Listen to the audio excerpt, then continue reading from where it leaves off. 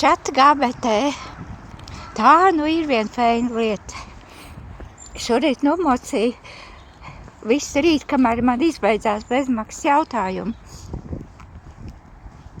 Šeit īrijā ir daudz cilvēki, kuri ir pirms pensijas vecumā un tagad ir krietnā apjukumā, jo daļu gadu ir strādāt Latvijā, daļu īrijā un īsti nevar saprast, ko un kā rīkoties. Tad, nu lūk, uzdodiet šo jautājumu ChatGPT, par piemēru, kāda ir man prognozējamā pensija. Un tad ChatGPT jums uzdos precizējošos jautājumus.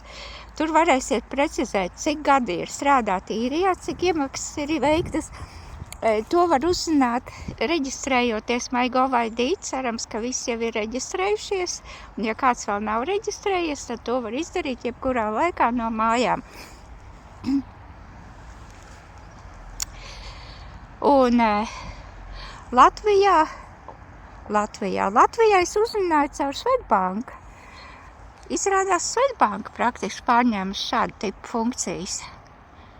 Viņai ir zināms, cik ir nostrādāts. Man sanāca 4 gadi 10 mēneši Latvijas laikā, un padomu laikā, tas uz manis, kā teica, sirdsapziņas vai darba grāmatiņas. Uz sirdsapziņas ir vairāk, uz darba grāmatiņas ir tā, kad viena ir pazudusi. Tā kā praktiski tur varbūt 3 gadus tās grāmatiņas ir. Pa 3 gadiem €1,5 gadā, var sakot, 4,5 eiro, man liekas, ka tur nav jēgas pat sākt, kā teikt, savu laiku tērēt. Tas piebildi tikai tā, ka es vienkārši neesmu gluži slīkojusi. Strādāju no 16 gadiem un cerēju, ka ātri dabūs to pensijas stāžu. Bet nekā, viss rekā mainījās.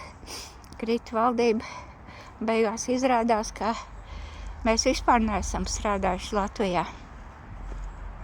Lūk, tā bija atkal atkāpe, novirzos visu laiku no tēmas.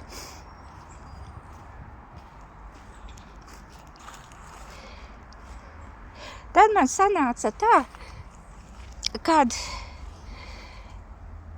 ko ChatGPT iesaka? ChatGPT man ieteica manai finansiālai situācijai nostrādāt vēl 2 gadus, kaut vai uz, minimālā samaksas, vai part-time, vai pašnodarbinātā, un tad man būtu pilna īrijas valsts pensija. Bet, vienvārds sakot, katram situācija ir savādāk, un droši rakstiet iekšā ChatGPT un uzdodiet savus jautājumus. Man sanāk tā, jo vairāk jautājumus uzdod, jo vairāk viņi rodās, palika jautājumi neatbildēt, bet man jāskatās, kad man atkal atjaunosies bezmaksas jautājumu konts, jo var maksāt arī to ChatGPT par maksu paņemt. Bet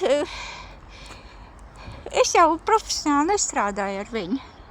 Es nedomāju, ka man tas ir izdevīgi. Ja es vienreiz nedēļā izdomāju kaut kādus jautājumus, kas man ienāk prātā. Kaut kā tā, ja tautieši. Tā kā droši uz priekšu un bez kautrēšanās.